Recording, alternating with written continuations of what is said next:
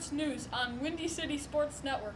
I'm Thomas Mercurio, your host, and we have Hayden Matthews and Justin Peters. First topic we're talking about today is All-Star voting and the meaning of the game. What do you think about the voting and the meaning of what the game's become? I think that it is not very good.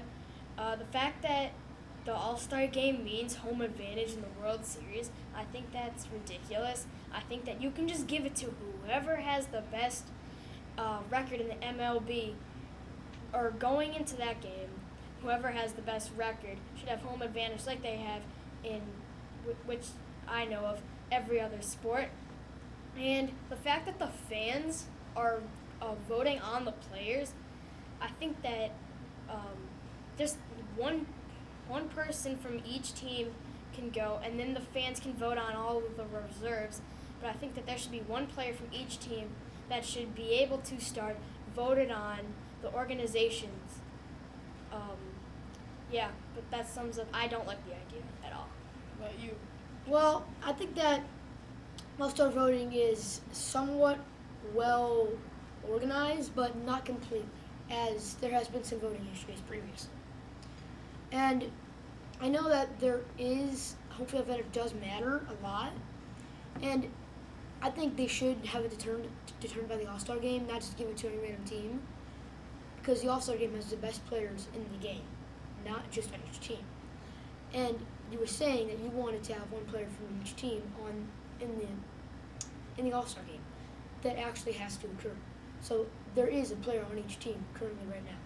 Yeah, I know, but just like the fact that 4 Royals players made it to the All-Star game, I think that that's obscure, and that there should be like 2 players from one team max, so everybody gets a chance. And then just backing up what I said before is some of these players are just playing for fun. Like, they don't care. Their teams might not even make the playoffs. They don't care. They're just playing for the fun of it. So I think that the All-Star game, as it is in most others, should just be like a fun game. Okay, thank you, Hayden. And next, I'm wondering, do you think NBA free agents are overpaid or the salary cap is too high in the NBA these days, Justin?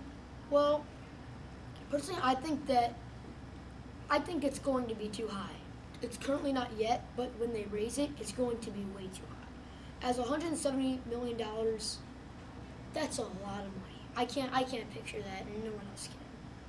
Yeah, I 100% agree with Justin. I think that if they just leave the salary cap at just, for instance, $84 million, so that the star players don't need to be overpaid, and then the guys that should only be making $1 million don't need to make $5 million just to get to the minimum. There should just be no minimum and one maximum that's just stopped right there, so that all the better players should be making the same amount and not being overpaid for how good they are. Okay, and lastly, we have predictions for next year in all the leagues. What do you say? Like winners. In the NHL, I'm gonna have to go with the Tampa Bay Lightning. They did not really make any roster moves. They stuck with the same roster. The Blackhawks lost Brandon Saad. That was a killer. They're going to have to trade away guys like Patrick Sharp, Christopher Stieg, Brian Bickle. Those were big people and it's part of their runs. I think that they're all going to have to go. So I think that the Tampa Bay Lightning should be good. In the MLB, I think that the Washington Nationals with Max Scherzer and Bryce Harper, I think that they have the most realistic chance of winning it all. To the NBA, San Antonio Spurs, they are said to be good, but I really think that the Golden State Warriors will repeat. They have the same exact lineup. I know that the Spurs are there, except a lot of their guys have already played a ton of minutes. I think that they're going to start to wear down. The Warriors are a fresh team. I think that they're going to win it all. In the NBA, Justin, what do you think for those two sports? In the NHL, I'm thinking maybe the Blue Jackets. They've acquired some really good players, or maybe the Capitals. as they signed TJ Oshie and still have Ovi. I think they're gonna be strong as well. To the NBA, I would say the Spurs as well, as they acquired very strong players, Marcus Aldridge and David West. To the MLB this season, I think the winner may be the Cardinals, but you never know.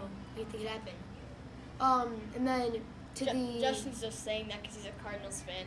See, I'm a Cubs fan. I did not pick the Cubs, so he's just saying that because he's a Cardinals fan.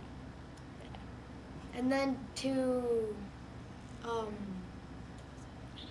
the NFL, I'm not sure there. I think it might be Patriots again, maybe Seattle. They acquired Jimmy Graham, who's very strong. Yeah, I missed out on the NFL. I also think Seattle. Jimmy Graham is just going to destroy up there. And Seattle is going to be the team. And thank you for watching Windy City Sports News. This has been a Windy City Sports Network production. Thank you from Thomas Mercurio, Hayden Matthews, and Justin Peters. Good night. See you.